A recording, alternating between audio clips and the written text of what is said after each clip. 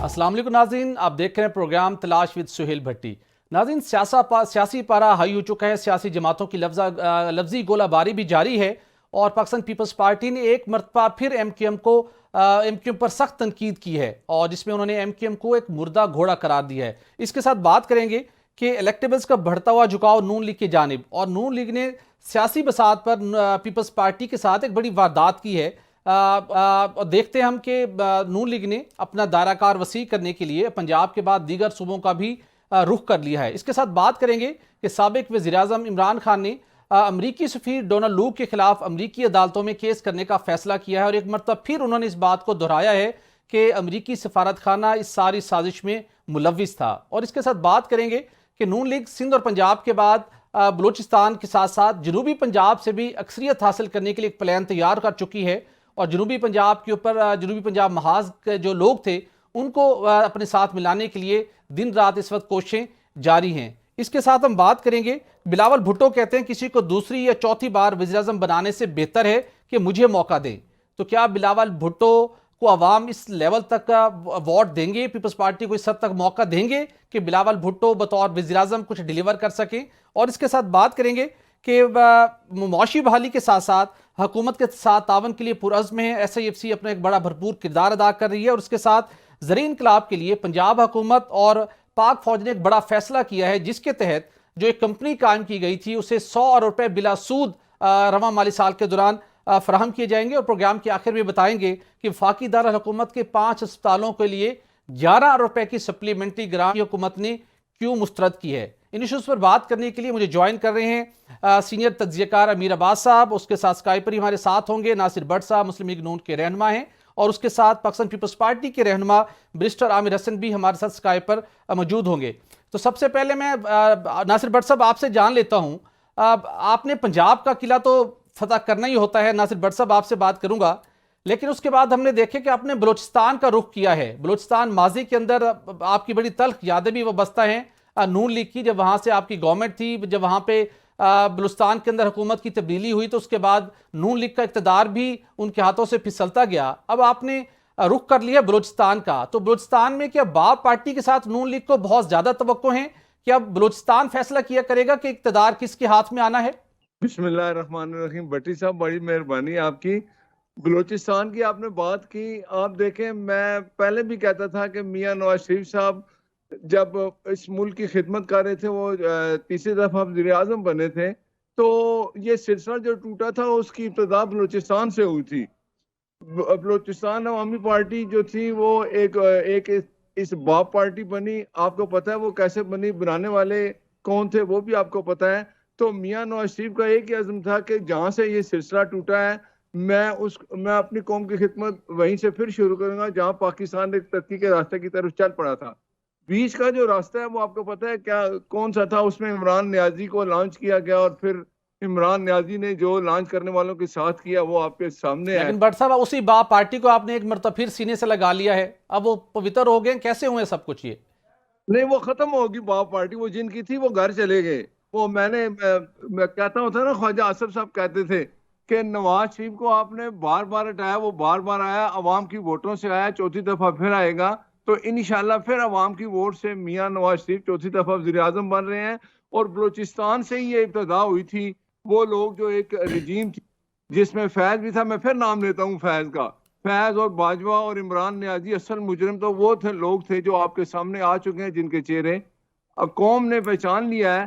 तो इस इब्तिदा वहीं से हुई है। अब आप देखेंगे पेशावर में भी आपने देखा वो जगड़ा साहब और अमीर मुकाम साहब, कैप्टन सफदर साहब बड़े उसमें मुतहरक हो गए हैं। वो भी आपस में उनकी जो गलतफहमियां थी वो ख़त्म हो गई हैं। तो अब सिंध की तरफ भी मियाँ साहब जाएंगे। लोगों की आवाज़ है, अवाम चाहती है कि मियाँ नवाज शरीफ इस मुल्क की खिदमत करने वाले हैं और अवाम की ये ख्वाहिश है कि मियाँ नवाज शरीफ दोबारा वापस आएँ, वो सिलसिला वहीं से शुरू करें। बात तो इमरान न्याजी है, आपने कहा जी कि वो साइफर यही था। ये झूठ बोलता है। इमरान न्याजी का सिर्फ एक ही काम था, झूठ बोलना। और जब साइफर के हवाले से मैं आपसे सवाल करूंगा, मैं उस पर करूंगा, लेकिन जब हम डिस्कशन स्टार्ट किया अमीर अब्बास साहब से मैं जरा जान लूं।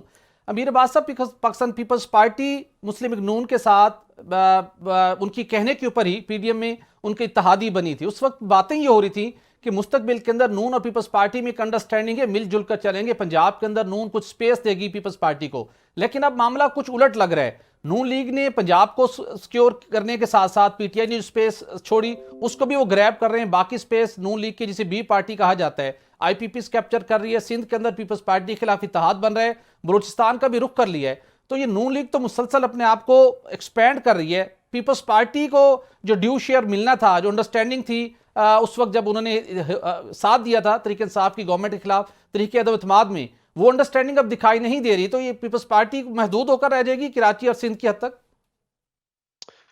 शुक्रिया भट्टी साहब। पीपल्स पार्टी के साथ इस पूरे सियासी खेल में जो गुज़श्ता 19 महीने से पाकिस्तान में जारी है, इसमें सबसे ज्यादा हाथ हुआ है पीपल्स पार्टी के साथ।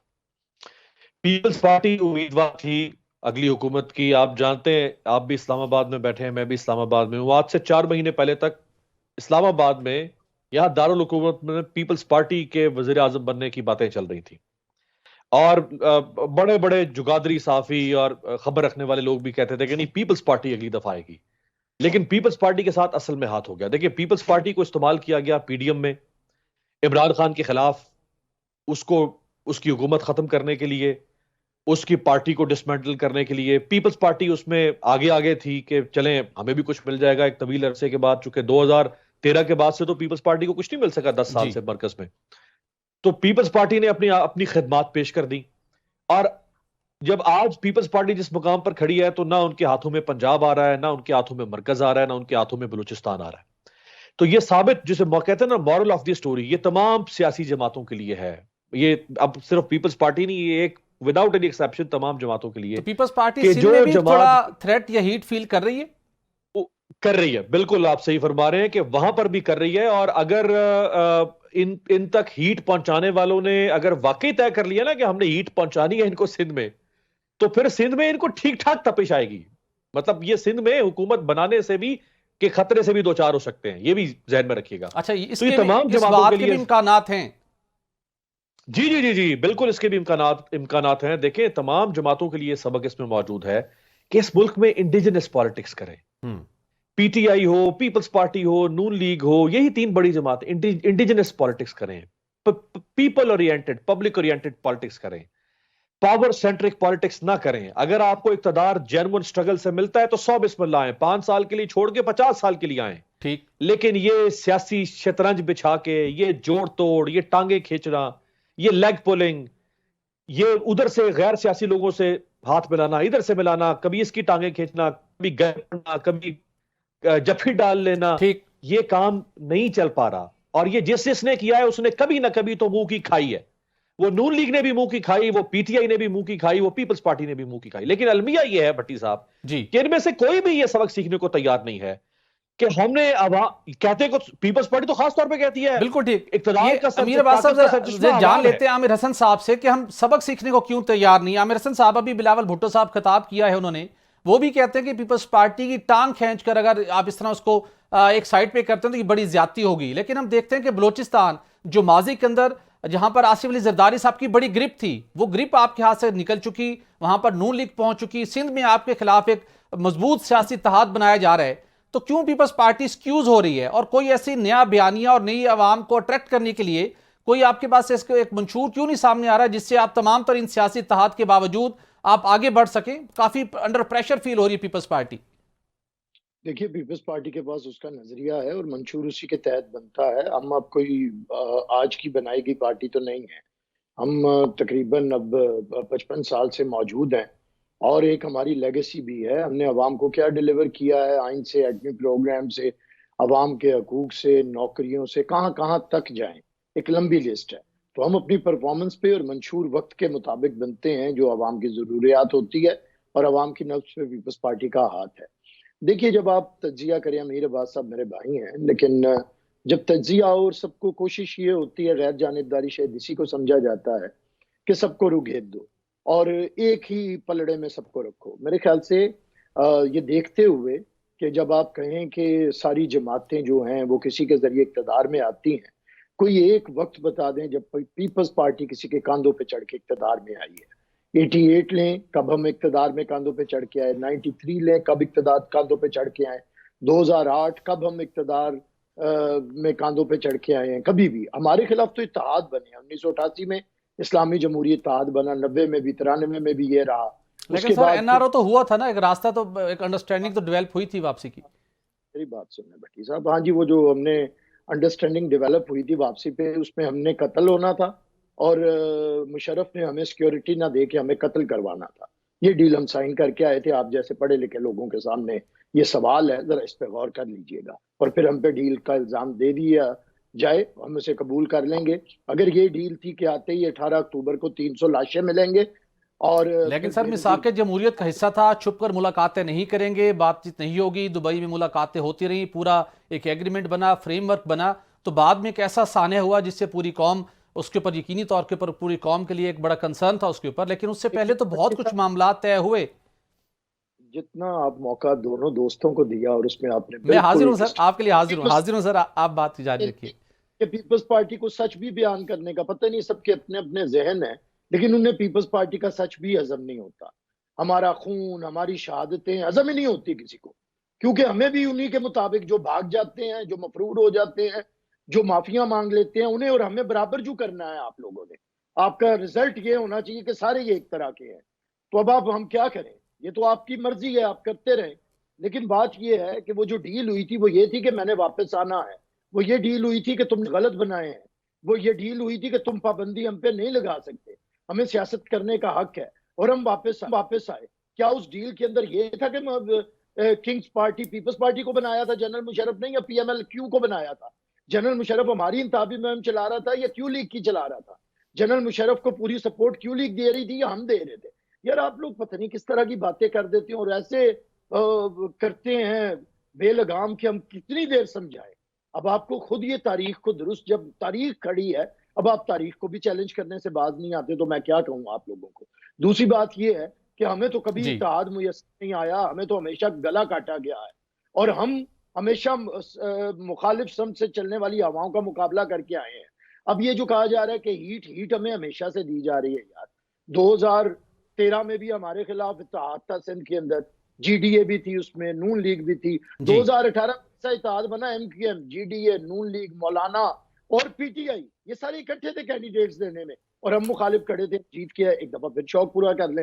हमने जो बात की है, बार बार जो बात कर रहे हैं, हमने जो इत्तेहाद बनाया है, हमने अगर एमआरडी बनाया, हमने एआरडी बनाया, हमने पीडीएम बनाया, हमने ऑपोजिशन में बनाया, मुश्किल तरीन हालात में बनाया और अपनी सियासी बसीरत से बनाया। हम किसी जनरल हमीद गुल के कंधों पे बैठ के कभी नहीं आए, हम जनरल फैज हमीद के कंधों पे बैठ के कभी नहीं आए। आज तक जो आप बेनजीर भुट्टो पे इल्जाम देते हैं, बेनजीर भुट्टो ने वो डायलॉग इनिशिएट किया था वापस आने के लिए कि मैंने वापस आना है और इंटरनेशनल ममालिक को उसमें शामिल तो आमिर हसन साहब, फिर जब नवाज शरीफ साहब ने जिस तरीके से है, जिसको आप तनकीद का निशाना बनाते हैं कि नून लीग ने डील की है, तो फिर ये डील भी उसी टाइप की ही डील थी जो पीपल्स पार्टी ने वापसी का रास्ता हमवार करने के लिए की थी, या ये कोई डिफरेंट डील है जो नून लीग ने की है? भट्टी साहब वक्त बता देता है। हमारे लिए कराची एयरपोर्ट से चंद किलोमीटर निकलना महाल है और 300 लाशें हमें उठानी पड़ती। यहाँ पे एक सजा सजाया जलसा मीनारे पाकिस्तान में दिया जाता है। पहली दफा है कि कोई इस्तकबालिया रैली नहीं होती, एयरपोर्ट तक कोई वर्कर ही नहीं जाता, उड़ते उड़ते जनाब आते हैं उधर से उधर और एक जलसा सजा हुआ है, सजा सजाया जलसा उसी स्टाइल पे जैसे शुजा पाशा ने सजाया था वैसे आज सजा दिया गया है। मैं फिर कहता हूं कि पाकिस्तान बिल्कुल ठीक। जरा नासिर भट्ट साहब से जान लेते हैं। नासिर भट्ट साहब, पीपल्स पार्टी तो बड़ी मुख्तलिफ किस्म की डील करके माजी में आती रही है, लेकिन नून लीग की डील के ऊपर कंसर्न है। आपने किंग पार्टी एक इक्तदार हासिल करने की बड़ी कोई क्रिटिकल किस्म की डील की है, थोड़ा सा इसके ऊपर रोशनी डालिएगा। और आपको सजे सजाए जलसे भी मिल जाते हैं, ये क्या माजरा सर? देखें, मैं ये पीपल्स पार्टी वाले जो मेरे भाई हैं ना, ये जज्बाती हो रहे हैं। तो जब 2013 में पीपल्स पार्टी आई थी तो मियां नवाज शरीफ थे अपोजिशन लीडर, उन्होंने 5 साल किसी की बात नहीं सुनी, किसी के वो बातों में नहीं आया। उन्होंने कहा कि मिसाके जमहूरियत में ये तय था, बेनजीर शहीद हो गई, कि 5 साल अवाम जिसको हक देगी वोट दे के वज़ीर आज़म बनने का, वो 5 साल काम करेगा। अगर अवाम उससे खुश होंगे तो दोबारा फिर वो वोट दे के वज़ीर आज़म बन सकेगा। मियां नवाज शरीफ साहब ने तो साथ दिया, 5 साल पीपल्स पार्टी ने हुकूमत की। उसके बाद आपको पता है जब इलेक्शन आए तो फिर मियां साहब को अवाम ने वोट दिया, वो वज़ीर आज़म बने। उनके साथ क्या हुआ आपके सामने है। तो मैं अपने पीपल्स पार्टी वाले भाई से कहता हूं कि आप जज्बाती ना हो, आप लोगों से जाके वोट मांगे। आपकी बातें तो ये बता रही हैं कि नवाज शरीफ जो है अवाम ने उनको एक्सेप्ट कर लिया कि वजीर आजम है। अभी तो इलेक्शन भी नहीं हुए। अगर इलेक्शन में अवाम ने पीपल्स पार्टी को वोट दिया तो शहबाज साहब ने कल परसों भी कहा है कि अगर अवाम ने उनको मुंतखब किया और वो वज़ीर आज़म बने तो हम उनको एक्सेप्ट करेंगे। तो इनको भी ये चाहिए कि वक्त से पहले ऐसी बातें मत करें जिसका कोई मकसद नहीं है। डील जो होती है ना, डील वो जी थी जो इमरान न्याजी ने की थी। वो जो डील थी वो आपके सामने थी कि उसने 4 साल में सिर्फ एक काम किया। उसको जहन में था कि मुझे फैज बाजवा और साकिब निसार जैसे बंदे मेरे साथ हैं, मुझे वोटों की जरूरत नहीं है। और वो एक ही बात करता था, नवाज शरीफ चोर है। 4 साल उसने एक ही काम किया। तो अब पीपल्स पार्टी को चाहिए कि अवाम में जाएं, वोट लें। मियां नवाज शरीफ अगर मीनार ठीक पाकिस्तान जलसा हुआ है तो वो वोटर आया है, अवाम बाहर आई है। ठीक। अवाम दिखाया है कि हमें एतमाद है मियां नवाज शरीफ पे।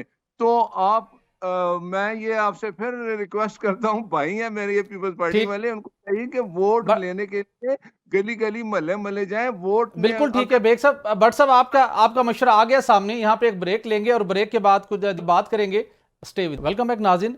अमीर अब्बास साहब, मैं आपसे जानना चाहूँगा, सियासी जमातें वक्त गुजरने के साथ सबक किस हद तक सीखती हैं ये तो आने वाला वक्त साबित करेगा, लेकिन वक्त बड़ा तेज़ी से बदला है। क्या अभी भी रोटी कपड़ा मकान का मंशूर अवाम से बड़ी तादाद के अंदर वोट हासिल करने में माविन साबित हो सकेगा, या जितना गुज़श्ता 10 से 15 सालों के दौरान टेक्नोलॉजी ने तरक्की की, जो डिफरेंट मुख्तलिफ जो तरीक़ेकार थे कारोबार के और रोज़गार के वो सामने आ चुके, तो उन चीज़ों को फोकस करके सियासी जमातें को नया ऐसा अट्रैक्टिव रोड मैप क्यों नहीं बनाती कि जिससे बजाय इसके कि हम रोटी कपड़ा मकान या बेनज़ीर इनकम सपोर्ट प्रोग्राम के जरिए से लोगों को फीड करें, बल्कि उनको एम्पावर करें। एम्पावरमेंट का कोई ऐसा प्लान हो जो लोगों की जिंदगियों को हकीकी मानों में सस्टेनेबल तरीके से बदल सके।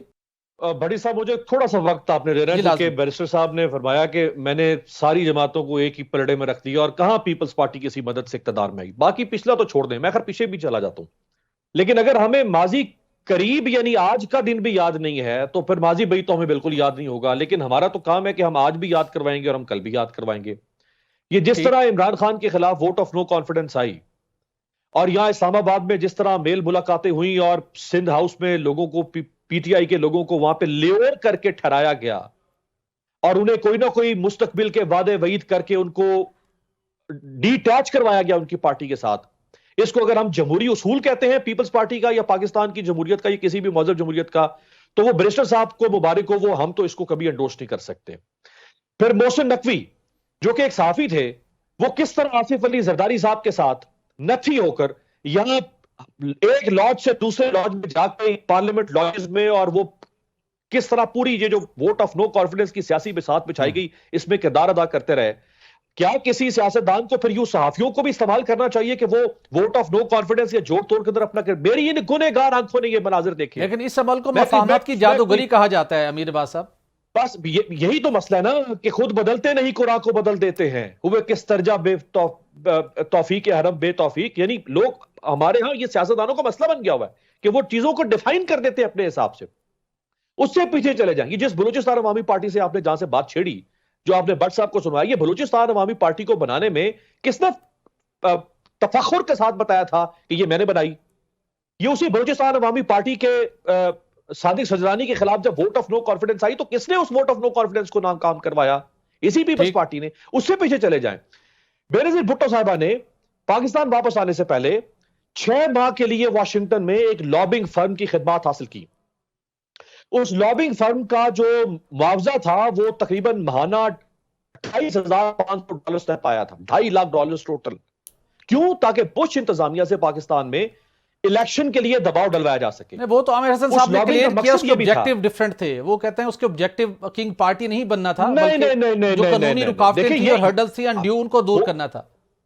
अब वो मेरी भी सुन लेना, उसका मकसद ये भी था कि पीपल्स पार्टी के सियासी नजरियात को बुश इंतजामिया, अमेरिकन कांग्रेस, मुख्तलिफ अमरीकी थिंक टैंक्स जैसा कि ब्रूकिंग्स इंस्टीट्यूट वगैरह है वहां तक पहुंचाया जाए। इसके अलावा वॉशिंगटन में, न्यूयॉर्क में, बर्तानिया में, ब्रसल्स में सहाफियों पर असर डाला जाए। वॉशिंगटन पोस्ट वगैरह में बेनजीर भुट्टो साहिबा के लिए एडिटोरियल लिखवाए जाए। ये इसके मकासद थे। ये कहां से ये कोई सारा कुछ फिर इंडिजिनस तरीके से हो रहा होता है? अच्छा, न्यूयॉर्क टाइम्स ने तो यहां तक लिखा, जुमला न्यूयॉर्क टाइम्स का है, she had a more extensive network of powerful friends in the capitals political and media elite than almost any other foreign leader of the world. ये मेरे अल्फाज नहीं है गुनहगार के, ये न्यूयॉर्क टाइम्स के अल्फाज है। उससे भी ज्यादा सख्त बात न्यूयॉर्क टाइम्स से भी, वॉशिंगटन पोस्ट से भी ज्यादा सख्त बात जो न्यूयॉर्क टाइम्स ने लिखी वो ये थी कि she was rewarded when her connections at the White House, in Congress, and within the foreign policy establishment helped propel her into power in Pakistan. ठीक, उससे पीछे लेके जाऊं आपको फिर जनरल असलम बेग से किस तरह इक़्तिदार लिया था ज़िया-उल-हक के बाद।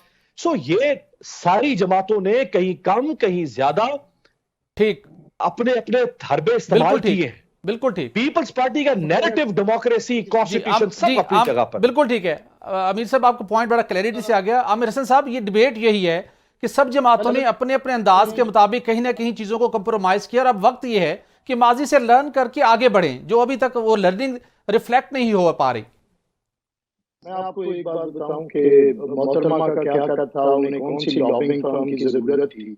ये 2-3 आर्टिकल पढ़ के बंदा उन्हें सुनाता रहे और उसी के अंदर बंद रहे और तारीख से टकरा जाए तो उसकी मर्जी है। अमीर अब्बास साहब को पूरा हक है कि वो एक अपनी तारीख लिख के और उसके खुमार में बैठे रहे, कोई बात नहीं। लेकिन बेनज़ीर 1988 में पाकिस्तान की 76 साल तारीख में आज तक की भी वाहिद हुक्मरान है जिन्हें कांग्रेस के अंदर खिताब मिला और सबसे ज्यादा खड़े होकर तालियां बजती रहीं जब तक मोहतरमा, जो कि आलम इस्लाम की पहली मुंतखब वज़ीर आज़म थी, नहीं गई। कौन सी लॉबिंग फर्म से उस वक्त बेनज़ीर ने यह करवाया था कि कांग्रेस में मेरा खिताब हो। देखिए, अब किसी के अंदर बुग़्ज़ हो तो मैं बुग़्ज़ को खत्म नहीं कर सकता, बुग़्ज़ रहना चाहिए। बुग़्ज़ ही कई लोगों की पहचान बन जाया करता है। अगर किसी को पीपल्स पार्टी से बुग़्ज़ है और उसमें वो झूठे 2-3 फिक्रे उधर से ऐसे किया, ये किया, वो किया, और किसी के सियासी कदकाठ को कम करना चाहता है, तो तारीख फैसला करेगी बेनज़ीर भुट्टो क्या है। नहीं, वो मकसद सियासी कदकाठ तो कम करना नहीं है, सियासी जमातों के लिए एक लर्निंग, ये एक इस्लाह की बात हो रही है। लर्निंग नहीं, मेरी बात सुने, ये लर्निंग नहीं है सिर्फ और इमरान खान को सच्चा साबित करने के लिए, क्योंकि वो कंधों पे बैठ के आया था। बेनज़ीर ने कौन सी असलम बेग के साथ निगोशिएशन की थी? हमीद गुल तो इत्तेहाद बना के बैठा हुआ था, एजेंसियां पैसे तकसीम कर रही थी। Asghar Khan case Supreme Court से फैसला हो चुका है। कौन से असलम बेग से हम इक्तदार लेके आए जी? 10 दिन तक इसहाक खान नाम नहीं ले रहा था वजीर आजम को। हम सिंगल लार्जेस्ट पार्टी थे, हमें नॉमिनेट नहीं कर रहा था क्योंकि उस वक्त सदर को नॉमिनेट करना होता था। तो तारीख को कैसे उल्टाएंगे? सिर्फ बुग़्ज़ के जरिए कर लें। और दूसरी तो वो रेगन एडमिनिस्ट्रेशन ने मेहरबानी करवाई थी ना बैरिस्टर साहब। बुग़्ज़ आप लगे हुए हैं, मतलब आप, मैं फैक्ट्स रख रहा हूं, आप फैक्ट्स का जवाब फैक्ट्स के साथ दें। इस बुग़्ज़ कहां से आ गया? आप फैक्ट मैंने रखे ना, फैक्ट का जवाब फैक्ट के साथ दें। काउंटर फैक्ट बता दें कि ऐसा फैक्ट नहीं है। मैंने आपको सुना है ना, आप भी सुने ना, सब्र करें। नहीं, लेकिन आप पर्सनल अटैक किए जा रहे हैं ना, बुग़्ज़ की बात किए जा रहे हैं ना, पर्सनल अटैक कर रहे हैं ना। आमिर साहब अपना पॉइंट आप कंप्लीट कीजिए। जी आमिर साहब अपना पॉइंट कंप्लीट कीजिए। बात कर रहे हैं, मैंने तो आपको फैक्ट रखा सामने, आप बुग़्ज़ की बात किए जा रहे हैं। कर रहे हैं ना, बुग़्ज़ की आपने, ये कौन सी बात है? आपको मैंने फैक्ट बताया आपको। अगर ये फैक्ट बुग़्ज़ है तो फिर बुग़्ज़ ही सही है। ये सच है। अब हम दलाली तो कर नहीं सकते किसी पार्टी की। अगर आप ये चाहते हैं कि यहाँ बैठ के दलाली किसी पार्टी की, वो तो नहीं हो सकती बैरिस्टर साहब, वो तो माजरत है, वो आपको और बहुत सारे लोग मिल जाएंगे। अच्छा आमिर साहब, कुछ वक्त भी कम है, अपना काइंडली पॉइंट कंप्लीट कीजिए। जब वो बोले और मैं सुनूं, जी जब मैं जी आमिर साहब पॉइंट कंप्लीट कीजिए अपना आप। मैंने आपके खिलाफ बात नहीं की थी, इसलिए आप खामोशी से सुन रहे थे। आप मेरे पर टारगेट कर रहे हैं बार बार ना, इसलिए मैं सुन नहीं सकता ना। मैंने तो आपकी पार्टी की बात की, मैंने तो आप पे टारगेट नहीं किया, आप मुझे टारगेट किए जा रहे हैं बार बार। आपकी है बात, आपने, मैं उसका जवाब दूंगा। चलिए आमिर साहब आगे बढ़िए। जी आगे बढ़िए। भट्टी साहब, आप प्लीज ये एक डेकोरम अपने अपने टाइम पे सारे बात करें। पहली बात ये है। दूसरी, अगर कोई किसी आर्टिकल पे लगा है, लगा रहे। रसूल पाक का कॉल है, किसी के झूठा होने के लिए यही काफी है कि वो सुनी सुनाई बात आगे पहुंचा दे। तो ये जिन्होंने सुनी सुनाई बातें आगे पहुंचानी है, इनका झूठा होना नबी सादिक के कॉल के मुताबिक बरहक है, इसलिए मुझे उस पर कुछ नहीं कहना। अच्छा सर, आप फतवा ना दीजिए, वहां पर छोड़ दीजिए। बट साहब का पॉइंट लेता हूँ, टाइम कम है। बट साहब जरा बता दीजिएगा, आप कुछ पॉइंट अपना ऐड भी करना चाह रहे हैं, उसके साथ बताइएगा कि नून लीग ने जनूबी पंजाब के अंदर जो एक ग्रुप बना था। जी आमिर साहब। जी आमिर साहब, मैं प्रोग्राम छोड़ देता हूँ। जी बात कीजिए, आप पॉइंट अपना कंप्लीट कर लीजिए। मैं जब बात करता हूँ कभी आप बोलते हैं, कभी दूसरा। सर मैंने तो मुद्दत आपसे कह के काइंडली अपना पॉइंट कंप्लीट कीजिए। हाँ, बात यह है कि आज भी सारा जिन्होंने एजेंसियों की कंधों पे बैठ के आए हैं वो जलील भी हुए हैं, रुस्वा भी हुए हैं। अब ये अभी मुझे ठीक है। भट्ट साहब ने बहुत कहा कि जी पीपल्स पार्टी वाले भाई हम वोट ही मांगेंगे, हम वोट ही मांगते रहे हैं। और ये जो कहा कि हमने 2008 से 13 के दरमियान कुछ नहीं किया, आपने तो सब कुछ किया। पहले इत्तेहाद किया, 3 महीने में हमारी हुकूमत खत्म की, फिर लॉन्ग मार्च किया, उसके बाद काला कोट पहना, फिर यूसुफ रजा गिलानी को इक्तदार से बाहर निकलवाया। रोज आपने पंखे झल के यहाँ पे एहतजाज किया, एक लम्हा बैठने ना दिया। आपने कौन सा एहसान हम पे किया है? हमने आपको हमेशा कंटिन्यूटी के साथ, जब आपके खिलाफ धरना था हमने तब भी आपको इस्तेमाल नहीं, हमने पार्लियामेंट में बैठे रहे। तो इसलिए ये हर बंदा वो अच्छाई अपने ना ले, ठीक जिसने बुराइयां ठीक की है, हुई चले हैं। आमिर साहब, आपका पॉइंट आ गया। टाइम कम है, टाइम कम है। नासिर भट्ट साहब से आखिरी क्वेश्चन कर लेते हैं। भट्ट साहब, जनूबी पंजाब, आप अपना भी पॉइंट दीजिएगा। जनूबी पंजाब के अंदर आपने जो एक ग्रुप था इलेक्टेबल्स का, नून ने उसको भी अब अट्रैक्ट करने जा रही है। उस वक्त ये तवक्को थी कि शायद ये ग्रुप पीपल्स पार्टी के साथ जाए, तो जनूबी पंजाब के अंदर भी आप जा रहे हैं, सियासी इत्तेहाद भी आप एक्सपेंड कर रहे हैं। तो वो लोग जो खुसरो मुख्तियार साहब बिलखसूस पाकिस्तान तहरीक इंसाफ की हिस्सा थे, उनकी फेडरल मिनिस्टर थे, तो और भी कुछ ऐसे लोग हैं जिन्हें पार्टी तैयार है, अब जो पीटीआई के कोर टीम का हिस्सा थे, उन्हें नून लीग आने वाले दिनों में अपनी जमात में शमूलियत के लिए इजाजत देगी। रजामंद है नून लीग? बैरिस्टर साहब, आप ये बात क्यों भूल रहे हैं कि 2013 में जब पीपल्स पार्टी बरसर इक़्तिदार आई तो हमने भी उनका साथ दिया। वो अलग बात है कि कुछ चीजों पे हमने फिर वो मुशर्रफ की बात 2008 में जी सुने बट साहब आपको 3 महीने साथ आपने मिसाल तोड़ दिया, जमहूरियत की हमने 16 महीने आपको बर्दाश्त किया। हालांकि सागदार और मिफ्ता लड़ते रहे, हम कभी मैं टीवी पे आके नहीं बोले। आपने बात तो सुनी। 3 महीने में हम छोड़ के बेसरो समानी में हमारे खिलाफ लॉन्ग मार्च चल- किया। फिर मियां साहब काला कोट चलो पहन के आमिर साहब, आप जरा भट्ट साहब को और मुकम्मल कर लीजिए पॉइंट। भट्ट साहब, आप बता पॉइंट अपना कंप्लीट करें। जी भट्ट साहब। ये आ, ये थोड़ा से वो महले पानी पी लें, ये खुद दूसरों को कहते हैं कि बीच में इन्वॉल्व होते हैं। अब आप मैं बात शुरू कर रहे भट्ट साहब, बस आप बड़े जालिम लोग हैं, इत्तेहाद और इतने मुश्किलात उनके लिए पैदा कर रहे हैं, फिर ये भी कहते हैं कि पानी पिए। ज़ाहिर है उनका रिएक्शन तो बनता है ना, हर तरफ से आप उनको घेरने की कोशिश कर रहे हैं। 16 महीने हमारे साथ रहे हैं। जब हमने इमरान न्याजी को हटाया, वो एक जमहूरी तरीका है, उसमें पीपल्स पार्टी हमारे साथ थी, उनकी मर्जी की उनको वजारतें दी, उनके 16 महीने उनके हम वो हमारे साथ रहे। आज अगर वो इलेक्शन में जा रहे हैं हम सारे, तो वोट जाके मांगे अवाम से। ये इल्जाम तराशियां करके आपने क्या हासिल करना है, आप मुझे बताएं। मैं आपको फिर कह रहा हूं कि आप जाके पंजाब में, सिंध में, सरहद में, बलूचिस्तान में, सब जगह जाके वोट मांगे। तकरीरों में ये मत कहें जी वो क्या हो गया। आपको वोट अवाम देगी तो हम भी एक्सेप्ट करेंगे। अगर अवाम आपको वोट नहीं देगी तो ये अवाम का फैसला है। तो मैं ये बात बता दूं कि इल्जाम तराशियों से कुछ नहीं होगा। आप जज्बाती होकर बात कर रहे हैं, अमीर साहब भी बात ठीक कर रहे हैं कि आप पिछली बातें भूलें, आगे चलें। हमने मियां नवाज शरीफ के साथ जो हुआ आपके सामने है। फिर जब पीडीएम बनी, हम इस्तीफे देने लगे, तो पीपल्स पार्टी थी जो छोड़ के चली गई हमें। तो ये बातें करने का फायदा नहीं है। अब मियां नवाज शरीफ ने ये भी कहा है कि अगर इलेक्शन में हमें बिल्कुल ठीक, फिर भी हम बाकी जमातों को साथ लेके चलेंगे। और ये बातें आप ठीक, भूल जाए, आप जज्बाती हो के बिल्कुल ठीक। भट्ट साहब, प्रोग्राम का वक्त थोड़ा कम है। आपका बहुत शुक्रिया। बैरिस्टर आमिर हसन साहब, आपने ज्वाइन किया। अमीर इबाद साहब, आपका भी, आप तीनों शख्सियात का। नाज़रीन, यहाँ पर एक ब्रेक लेंगे और ब्रेक के बाद बात करेंगे कि ज़री इनकलाब के लिए पंजाब हुकूमत और पाक फौज ने कौन सा एक बड़ा फैसला किया और उसके सिलसिले में कौन से अमली इक़दामात उठाने का सिलसिला शुरू हो गया है। Stay with us. Welcome back नाज़रीन। हुकूमत और पाक फौज ने मिलकर मुल्क में ज़री इनकलाब लाने का फैसला किया है। ग्रीन पाकिस्तान इनिशिएटिव का आगाज हो चुका है। इस विजन के तहत आइंदा 5 साल में अरबों डॉलर्स तक की सरमायाकारी की जाएगी और 40 लाख से ज़ायद मुलाजमतों के मौके पैदा होंगे।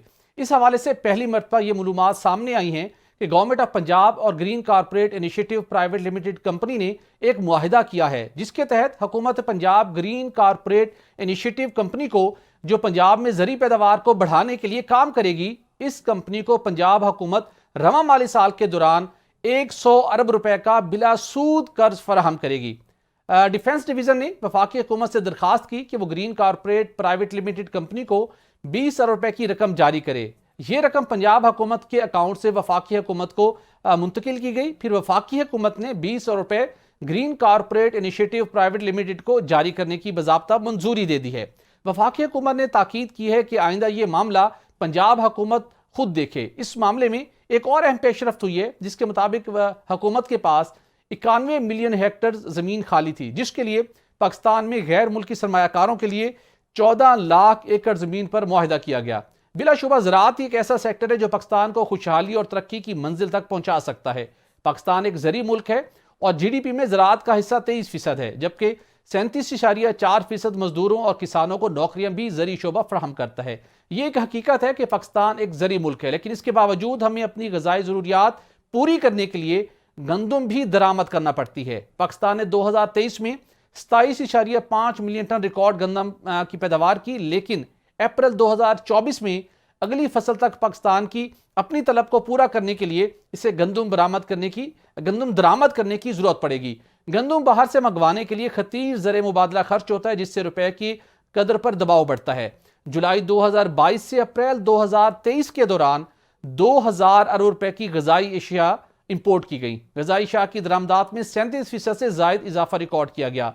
10 माह में 251 अरब रुपए यानी कि 251 अरब 61 करोड़ रुपए की गंदम दरामद की गई। गुज़श्ता साल की निस्बत गंदम की दरामद में 81.65% इजाफा हुआ। 110 अरब 40 करोड़ 80 लाख रुपए की चाय दरामद की गई। इसी तरह 30 अरब 54 करोड़ 50 लाख रुपए के मिसाला जात, 265 अरब 12 करोड़ रुपए का सोयाबीन ऑयल, 730 अरब 7 करोड़ 70 लाख रुपए का पाम ऑयल और 195 अरब 63 करोड़ रुपए मालियत की दालें बैरून मुल्क से दरामद की गई। नाज़रीन, पाकिस्तान को ज़री एतबार से मुस्तहकम बनाने में अगर कोई चीज़ रुकावट बन रही है तो वो नाकाबिले अमल पॉलिसियाँ हैं। अगर हुकूमत वाकई पाकिस्तान को मौशी लिहाज से मजबूत और मुस्तहकम बनना देखना चाहती है तो इस सिलसिले में ज़राअत के शोबे को बुनियादी अहमियत देना होगी। तो इसके लिए तमाम स्टेक होल्डर्स को साथ लेकर काबिले अमल पॉलिसी बनाना होगी और फिर हर सूरत में इस पॉलिसी पर अमल दरामद को यकीनी बनाना होगा। वफाकी हुकूमत और अस्करी क़यादत की काविशों के नतीजे में IMF से $700 मिलियन की किस्त का हसूल मुमकिन हो चुका है। गैर मुल्की सरमायाकारी के फ़रोग के लिए भी SIFC सरगर्म है। इसी के साथ हमें ज्वाइन कर रहे हैं माहिर मौशियत हारून शरीफ साहब। हारून साहब, बहुत शुक्रिया। हारून साहब, आपसे जानना चाहूँगा कि green corporate initiative private limited company कायम हुई, जिसके तहत बिलखुसूस पंजाब के अंदर ज़री पैदावार में रिकॉर्ड इजाफे का प्लान किया गया। हम देखते हैं कि पाकिस्तान एक ज़री मुल्क है, लेकिन मुल्क की तलब हमारी नहीं पूरी हो पा रही। इसलिए हम अरबों डॉलर खर्च करते हैं, गंदम इंपोर्ट करना पड़ती है, हमें कपास इंपोर्ट करना पड़ रही है और दीगर खुदनी अशिया भी हम इंपोर्ट कर रहे हैं।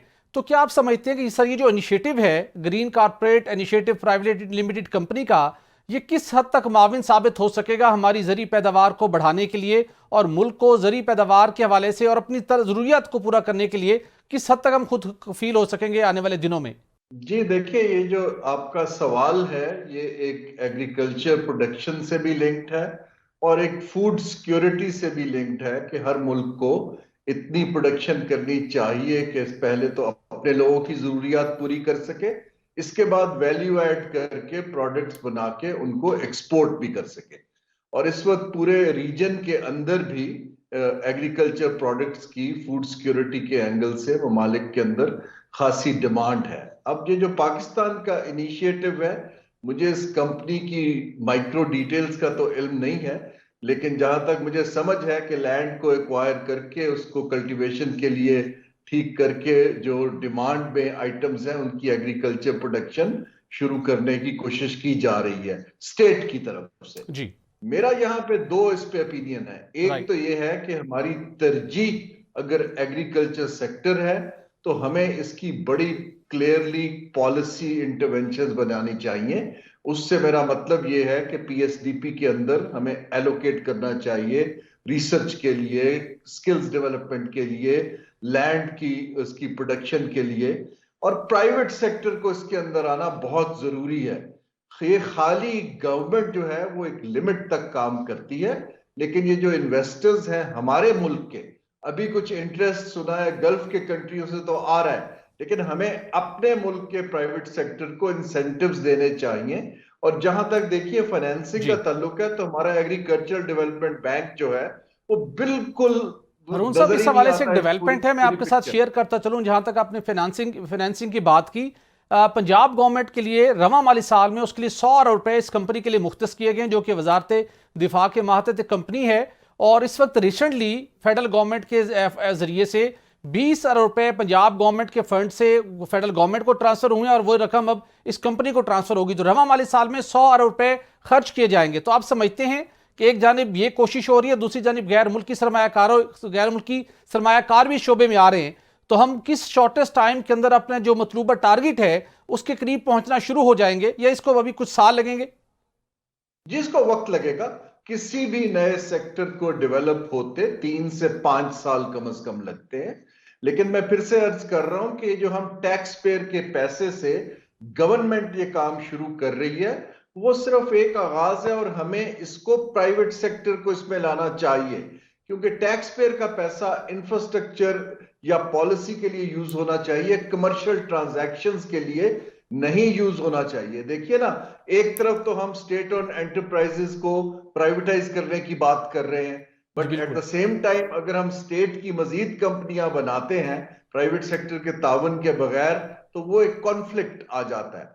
मेरी अभी भी राय है, जितनी बड़ी डिमांड है, जितना बड़ा सेक्टर है, चीन का भी इंटरेस्ट है टेक्नोलॉजी देने का, सऊदी अरब भी इन्वेस्ट करना चाहता है, हमें इस सेक्टर के लिए एक पॉलिसी बना के प्राइवेट सेक्टर के लिए ओपन कर देना चाहिए। हाँ, ये कंपनी एक पायलट के तौर पे इस्तेमाल हो, जिसको कल को स्केल अप किया जाए और इसके अंदर हर तरह के इन्वेस्टर्स को इनवाइट किया जाए, जैसे आप इकोनॉमिक जोन के अंदर इन्वेस्टर्स को इनवाइट करते हैं। बिल्कुल ठीक। पंजाब गवर्नमेंट ने बड़ा यकीनी तौर के पर इनिशिएटिव लिया है कि ये रकम बिला सूद फराहम की जाएगी, जिससे तवक्को यही की जा रही है कि जो ज़री शोबे के अंदर फी एकड़ पैदावार है उसको बढ़ाने के अंदर ये कंपनी एक अपना बड़ा भरपूर किरदार अदा करेगी।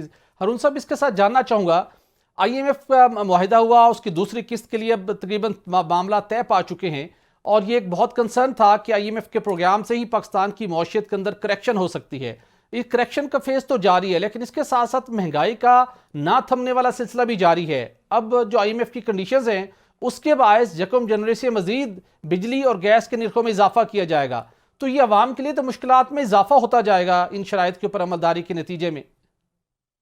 जी, 2 कमेंट्स। एक तो आपके पिछले सवाल पे के फाइनेंसिंग का, मैं फिर से कहूंगा कि ज़री तरक्याती एग्रीकल्चरल डेवलपमेंट बैंक को रिवैम्प करने की जरूरत है ताकि पैसा रेज किया जा सके। टैक्स पेयर के पैसे पे इंटरेस्ट फ्री लोन देना मुनासिब नहीं है। अब आप आगे आइए, तो ये जो आपका IMF का सवाल है वो ये है कि देखिए, जो IMF प्रोग्राम जो भी होता है वो तो आपकी ग्रोथ को कॉन्ट्रैक्ट करता है, डिमांड को कॉन्ट्रैक्ट करता है, आपकी फिस्कल स्टेबलाइजेशन जिसको हम कहते हैं एडजस्टमेंट पे काम करता है। IMF का प्रोग्राम कोई इकोनॉमिक ग्रोथ, रोजगार के मुतल्लिक नहीं है। हाँ, इन्फ्लेशन को टारगेट कर रहा है, और पाकिस्तान उसमें 2 वजूहात से मेरी समझ में फेल हो रहा है। एक तो ये है कि हुकूमत का बजट का खसारा कम नहीं हो रहा, हम बहुत ज्यादा खर्च रहे हैं, फिर हम डोमेस्टिक बैंकों से बोरोइंग करते हैं और हम नए करेंसी नोट्स भी प्रिंट करते हैं। तो इन्फ्लेशन का जितना एक तरफ सूद बढ़ा के आप उसको कंटेन करने की कोशिश करते हैं, उधर से इन्फ्लेशनरी प्रेशर फिर से आना शुरू हो जाते हैं। खित्ते में अभी तक सबसे ज्यादा इन्फ्लेशन पाकिस्तान में है, और उससे जो मुतवसत और उसके नीचे का तबका है उसकी कंजम्पशन पावर बहुत श्रिंक हो गई है। बिल्कुल ठीक। मेरे हिसाब से ये स्टेबलाइजेशन प्रोग्राम को, जैसा कि अभी फाइनेंस मिनिस्टर ने इंडिकेट किया, पाकिस्तान एक बड़े अगर IMF प्रोग्राम में जाता है तो हमें बड़ी केयरफुल पॉलिसीज बनानी चाहिए कि अवाम को कैसे हम रिलीफ, तो एक चीज है, सस्टेनेबल लाइवलीहुड में कैसे लाएं। बिल्कुल ठीक सर, एक जानिब तो ये इकदाम है, दूसरी जानिब SIFC भी गवर्नमेंट को बहुत ज्यादा सपोर्ट कर रही है और गैर मुल्की सरमायाकारी को लाने में और मुख्तलिफ मनसूबों को फास्ट ट्रैक पे एग्जीक्यूट करने के लिए SIFC अपना बड़ा भरपूर किरदार अदा कर रही है। क्या तवक्को करते हैं कि SIFC के इकदामात के नतीजे में कब तक, कितने अरसे में कितनी गैर मुल्की सरमायाकारी पाकिस्तान में आ सकती है, या ये इसके लिए भी हमें तवील इंतजार करना होगा? जी देखिए, सरमायाकारी 2-3 तरह की होती है। एक सरमायाकारी होती है जो नए प्रोजेक्ट्स की होती है। वो सरमायाकारी में तो पहले फिजिबिलिटीज बनती हैं, लैंड एक्वायर होती है, फैक्ट्रियां लगती हैं, उसमें तो जैसे मैं अर्ज कर रहा हूं कि मिनिमम 3 से 5 साल लगते हैं। एक सरमायाकारी होती है जो ये सॉवरेन वेल्थ फंड है गल्फ के या दूसरे, वो हमारी चलती कंपनियों की एक्सपेंशन के लिए या उनके शेयर्स खरीद लेते हैं। उस तरह की सरमायाकारी जरा जल्द आ सकती है कि जो हमारी प्रॉफिटेबल कंपनीज हैं, अगर उनके शेयर्स बिक जाएं तो वो पैसा पाकिस्तान में डॉलर्स आ जाएंगे। प्राइवेटाइजेशन की हम जो कोशिश कर रहे हैं, तीसरा तरीका ये है। लेकिन प्राइवेटाइजेशन का एक तरीका है और ये एक बड़ा पुराना मामला है कि एसेट प्राइसिंग कैसे होगी, कंपेटिटिव बिडिंग होगी या नहीं होगी। जी तो ये मेरे ख्याल से कि लॉस मेकिंग एंटरप्राइज की प्राइवेटाइजेशन से कोई ऐसी बड़ी ठीक सरमायाकारी नहीं आएगी। हाँ, ठीक मुनाफा कमाने वाली कंपनी अगर हम बेच दें तो वहां से जरूर पैसा आ सकता है। बिल्कुल ठीक सर, इसके साथ जरूर जानना चाहूंगा आपसे, मुस्लिम लीग नून ने अपने जो उनका मंशूर था उसके हवाले से जो मौशियत को बहाल करना है, एक बड़ी क्लैरिटी दी है गुज़श्ते रोज। नवाज शरीफ साहब कहते हैं कि जब वो इक़्तिदार में आएंगे तो उनकी गवर्नमेंट में इंडस्ट्री के अंदर जो पैसा लगेगा उससे मुतल्लिक नहीं पूछा जाएगा कि इसका सोर्स क्या है। दुनिया के मुख्तलिफ ममालिक एग्जाम्पल तो हमारे सामने है, दुबई हो, यूरोपियन ममालिक हो, जहां पर एक अरसे तक सोर्स ऑफ इनकम से मुतल्लिक नहीं पूछा जाता था, लेकिन फिर FATF की जब से तलवार चलना शुरू हुई तो सबने अपने आप को रिविजिट किया। तो क्या आप समझते हैं कि नवाज शरीफ साहब ने ये बात, वो समझते हैं कि उनकी मौशियत के ऊपर बड़ी ग्रिप है और उन्होंने अपनी मुआशी टीम से मुशावरत के बाद ये बात की होगी? क्या आने वाले दिनों में मुमकिन है जब कोई भी नई गवर्नमेंट आए कि वो इंडस्ट्री के अंदर भरपूर सरमायाकारी को अट्रैक्ट करने के लिए एक ऐसी आप एक नया रजीम दे जिसके अंदर सोर्स ऑफ इनकम नहीं पूछा जाएगा? क्या मुमकिन होगा इन हालात में? कि देखिए, सबसे पहली बात तो ये है कि जो हमारा एक ऑब्सेशन है कि बाहर से पैसा लाएं, हमें पॉलिसी ऐसी बनानी है कि लोकल इन्वेस्टर का एतमाद आए। लोकल इन्वेस्टर जो इस वक्त रियल एस्टेट में पैसे डाल रहा है, सोना खरीदने में डाल रहा है या अनप्रोडक्टिव एसेट्स में डाल रहा है, आप उसके लिए इंसेंटिव क्रिएट करें कि वो आपकी जो रियल सेक्टर्स हैं, चाहे इंडस्ट्री के हों, सर्विसेज के हों, IT के हों, ज़राअत के हों, उस तरफ पैसा आना शुरू हो।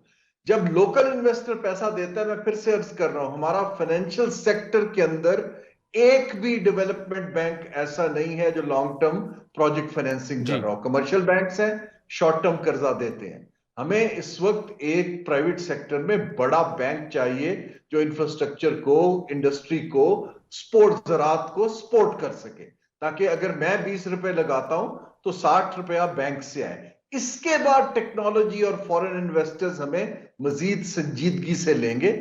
मेरी अर्ज ये है अपने सारे पॉलिटिकल लीडर्स से कि अब अपने मंशूर के अंदर उनको बड़ा क्लियरली एक 3 से 5 साल का इकोनॉमिक रिवाइवल प्लान देना चाहिए। विश लिस्ट के इनकलाब आ जाएगा, बेतहाशा डॉलर्स आ जाएंगे। आई थिंक अब लोग उस पर इतना बिलीव नहीं कर पाते। सर लास्टली आपसे एक शॉर्ट मुख्तसर जानना चाहूंगा कि स्टेट बैंक ऑफ पाकिस्तान का पॉलिसी रेट और उसके साथ साथ जो महंगाई की शरह है, आने वाले दिनों में आपको कोई कम होती दिखाई दे रही है? जी, अगर हुकूमत अपने अखराजात कंट्रोल कर लेती है, बैंकों से मजीद कर्जे नहीं लेती महंगे दामों में, और फिर मेरे हिसाब से इन्फ्लेशन पे कोई 3-4% का अगले जून तक इम्पैक्ट आ सकता है। इसके अलावा एडमिनिस्ट्रेटिव मेजर्स हैं जो हमारे हैं सूबों के और डिस्ट्रिक्ट लेवल पे फूड चेन्स के अंदर। हमें इस वक्त जरूरत यह है कि इन्फ्लेशन टारगेटिंग बहुत एक कंप्रीहेंसिव तरीके से करें। ये जो शरह सूद है ये तभी कम हो पाएगी जब इन्फ्लेशन नीचे जानी शुरू होगी। बिल्कुल ठीक। हारून शरीफ साहब, बहुत शुक्रिया आपका। नाज़रीन, वफाकी हुकूमत की गुज़श्ता 4 सालों के दौरान पॉलिसियों में मुसलसल तब्दीली के बाइस शहरी इक़्तिदार का सबसे बड़ा सरकारी अस्पताल बुरी तरह से मुतासिर हुआ है। पिम्स अस्पताल सिर्फ इस्लामाबाद नहीं बल्कि खैबर पख्तूनख्वा, गिलगित बल्तिस्तान, आज़ाद जम्मू और कश्मीर और पंजाब की आवाम के लिए भी इलाजगाह है। पिम्स अस्पताल का जो heating, ventilation and air conditioning system की तनसीब का 1 अरब 10 करोड़ रुपए मालियत का ठेका PWD ने 2019 में दिया था। कॉन्ट्रैक्ट के मुताबिक ये HVAC सिस्टम 2021 तक मरहलावार मुकम्मल होना था, मगर PWD हुकाम की गफलत और कॉन्ट्रैक्टर की सुस्ती के बायस ये मनसूबा आज तक मुकम्मल नहीं हो सका। HVAC सिस्टम न होने के बायस पिम्स अस्पताल में जेर इलाज मरीजों को सर्दियों और गर्मियों में इंतहाई सख्त मुश्किलात से दुचार होना पड़ा। पिम्स अस्पताल में एयर कंडीशनिंग सिस्टम अपग्रेडेशन में तखीर पर वज़ीर-ए-आज़म अनवारुल हक काकड़ ने बरहमी का इजहार करते हुए मामला वज़ीर-ए-आज़म इंस्पेक्शन कमीशन को भेज दिया। Chairman PMIC brigadier Muzaffar Ali Ranjha ने जाहिर शाह की सरबराही में इंक्वायरी कमेटी कायम कर दी। इंक्वायरी कमेटी ने पिम्स अस्पताल का दौरा किया और मंसूबे को जल्द मुकम्मल करने की हिदायत की। Executive director PIMS professor Rana Imran Sikandar ने अप्रैल 2023 में जिम्मेदारियां संभाली तो इस मंसूबे पर सिर्फ 10% काम मुकम्मल हुआ था। ED पिम्स राना इमरान सिकंदर ने इस मंसूबे की सख्त निगरानी शुरू की, जिसके नतीजे में HVAC सिस्टम की तनसीब 95% तक मुकम्मल हो चुकी। यही नहीं बल्कि MRI, जनरल क्लीनलीनेस और उसके साथ साथ इन्फेक्शियस वेस्ट से मुतल्लिक पहली मरतबा SOPs बनाकर अवाम और मरीजों की जिंदगियों को महफूज बनाया गया है। दूसरी जानिब वफाकी दारुल हुकूमत के 5 सरकारी अस्पताल बदतरीन माली मुश्किलात से दो चार हो चुके हैं। फिनांस डिवीजन ने वफाकी वजारत सेहत की जानिब से PIMS, polyclinic, federal general hospital, national institute of rehabilitation medicine, इसके साथ डिस्पेंसरियां और बुनियादी सेहत के यूनिट्स के लिए 11 अरब रुपए की सप्लीमेंट्री ग्रांट फराहम करने की दरखास्त को मुस्तरद कर दिया है। मुतअद्दिद मुलाजमीन की तनख्वाहें पहले ही रोक दी गई हैं और Pakistan institute of medical sciences की नर्सें एक हफ्ते से ज़ायद अरसे से एहतजाज कर रही हैं क्योंकि उन्हें तनख्वाहें नहीं मिल रही थी। खदशा है कि इन अस्पतालों की लैब्स भी जल्द ही मुकम्मल तौर पर काम करना बंद कर देंगी क्योंकि टेस्टिंग किट्स का जखीरा खत्म हो रहा है। रेडियोलॉजी टेस्ट से भी जो मुख्तलिफ मरीज आते हैं उनको टेस्ट फराम नहीं किए जा रहे क्योंकि इस मकसद के लिए जो फिल्में हैं वो दस्तयाब नहीं है और कंपनियों को टेंडर की रकम अदा न होने की वजह से मरीजों को अद्वियात की फराहमी में भी माजरत मुसलसल की जा रही है। पिम्स अस्पताल की फंड्स की किल्लत का भी सामना है और हम उम्मीद करते हैं कि वज़ीर-ए-आज़म अनवार उल हक काकड़ पिम्स के दीगर मनसूबों के साथ साथ उन्हें बर वक्त मुकम्मल करवाने के साथ साथ वफाकी दारुल हुकूमत के 5 अस्पतालों को जो फंड्स की कमी का मसला है उस मसले को तरजीही बुनियादों के ऊपर लाजमन हल करेंगे। नाज़रीन, प्रोग्राम का वक्त खत्म हो जाता है, इजाजत दीजिए, अल्लाह हाफिज।